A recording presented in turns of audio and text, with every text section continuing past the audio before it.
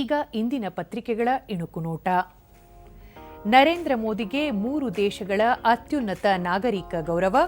Covid ಲಸಿಕೆ ನೆರವಿಗೆ Guyana, Dominica, Barbados ದೇಶಗಳಿಂದ ಪ್ರಶಸ್ತಿ ಪ್ರದಾನ. ದೇಶದ ಹಾಲು ಉತ್ಪಾದನೆಯಲ್ಲಿ ಕರ್ನಾಟಕಕ್ಕೆ 2ನೇ ಸ್ಥಾನ. ಮುಖ್ಯಮಂತ್ರಿ ಆರಂಭಿಕ ಹಂತದಲ್ಲಿ 2.5 ಲಕ್ಷ ಲೀಟರ್ ಹಾಲು ದೆಹಲಿಗೆ ಪೂರೈಸುವ ಯೋಜನೆ. ಭಾರತದ ಆರ್ಥಿಕ ಶಕ್ತಿಗೆ ಉಕ್ಕು ಕ್ಷೇತ್ರ ಶಕ್ತಿ. ಕೇಂದ್ರ ಸಚಿವ ಎಚ್.ಡಿ. ಕುಮಾರಸ್ವಾಮಿ ಶ್ಲಾಘನೆ. ಸೌರ ಸ್ವಾಸ್ಥ್ಯ ಯೋಜನೆಗೆ ಚಾಲನೆ. ಆಸ್ಪತ್ರೆಗಳಿಗೆ ಸೌರಶಕ್ತಿ ಅಳವಡಿಸುವ ಮಹತ್ವಾಕಾಂಕ್ಷಿ ಯೋಜನೆ. ದಿನೇಶ್ ಗುಂಡೂರಾವ್. ಕಾಂಗರೂ ನಾಡಿನ ಸವಾಲಿಗೆ ಸಜ್ಜಾದ ಭಾರತ. ಇಂದಿನಿಂದ ಬಾರ್ಡರ್ ಗವಾಸ್ಕರ್ ಟ್ರೋಫಿ. ಇವು ಇಂದಿನ ಪತ್ರಿಕೆಗಳ ಪ್ರಮುಖ ಸುದ್ದಿ. ಉಳಿದಂತೆ ಡಿಸೆಂಬರ್ಗೆ ದೇಶದ ಮೊದಲ ಹೈಡ್ರೋಜನ್ ರೈಲು.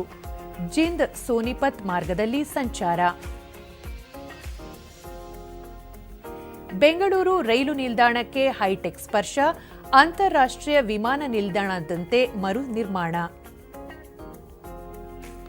ಮಂಡ್ಯ ಸಾಹಿತ್ಯ ಸಮ್ಮೇಳನ ವೇದಿಕೆಗಿಂದು ಭೂಮಿ ಪೂಜೆ. ವೇದಿಕೆ ಸಮಿತಿ ಅಧ್ಯಕ್ಷ ಪಿಎಂ ನರೇಂದ್ರ ಸ್ವಾಮಿ ಚಾಲನೆ. ಮೀನುಗಾರರ ಸಂಕಷ್ಟ ಪರಿಹಾರ ಮೊತ್ತ 10 ಲಕ್ಷ ರೂಪಾಯಿಗೆ ಏರಿಕೆ. ಡಿಕೆ ಶಿವಕುಮಾರ್.